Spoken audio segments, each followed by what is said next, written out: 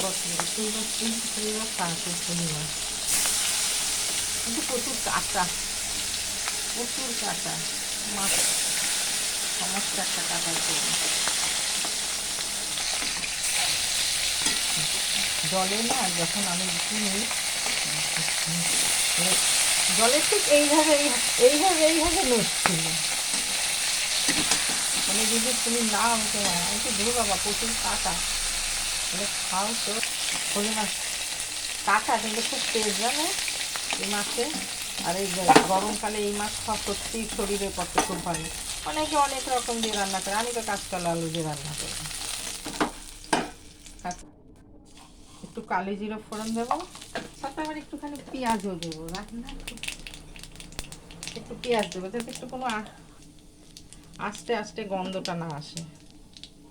পেঁয়াজ দেবো অল্প, বেশি না।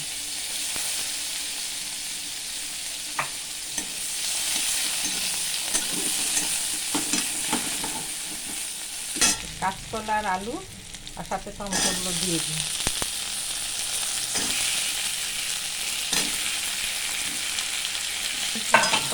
লাগে, ভালো লাগে খেতে। দিয়ে দিচ্ছি লবণ,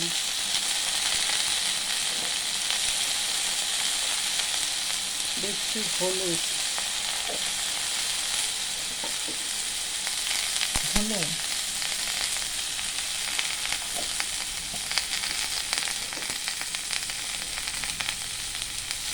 জিরে। এখানে কাশ্মীরি লঙ্কাগুলো না দিলে হয়, বেশ লাল লাল লাল লাল হবে না তো, কাঁচকলা আদা হয়ে যাবে। একটুখানি জল দিয়ে দিই। ও একটু আদা বাটা, দই বাটা, কাঁচা লঙ্কা বাটা, একটু ঢেকে দিই নরম হোক, জিনিসটা সাতলানো হয়ে গেলে নরম হয়ে যাবে।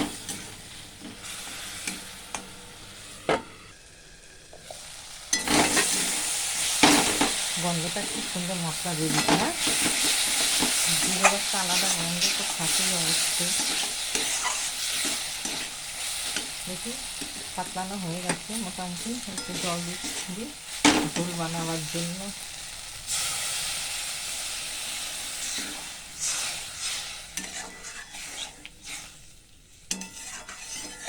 কাশ্মীরি লঙ্কা টমেটোর জন্য কালারটা কি সুন্দর এসছে, না তো এই কালার রং হয় কেমন সাদা সাদা। ঝোলটা ফুটে গেছে, মাছগুলো ছেড়ে দিই।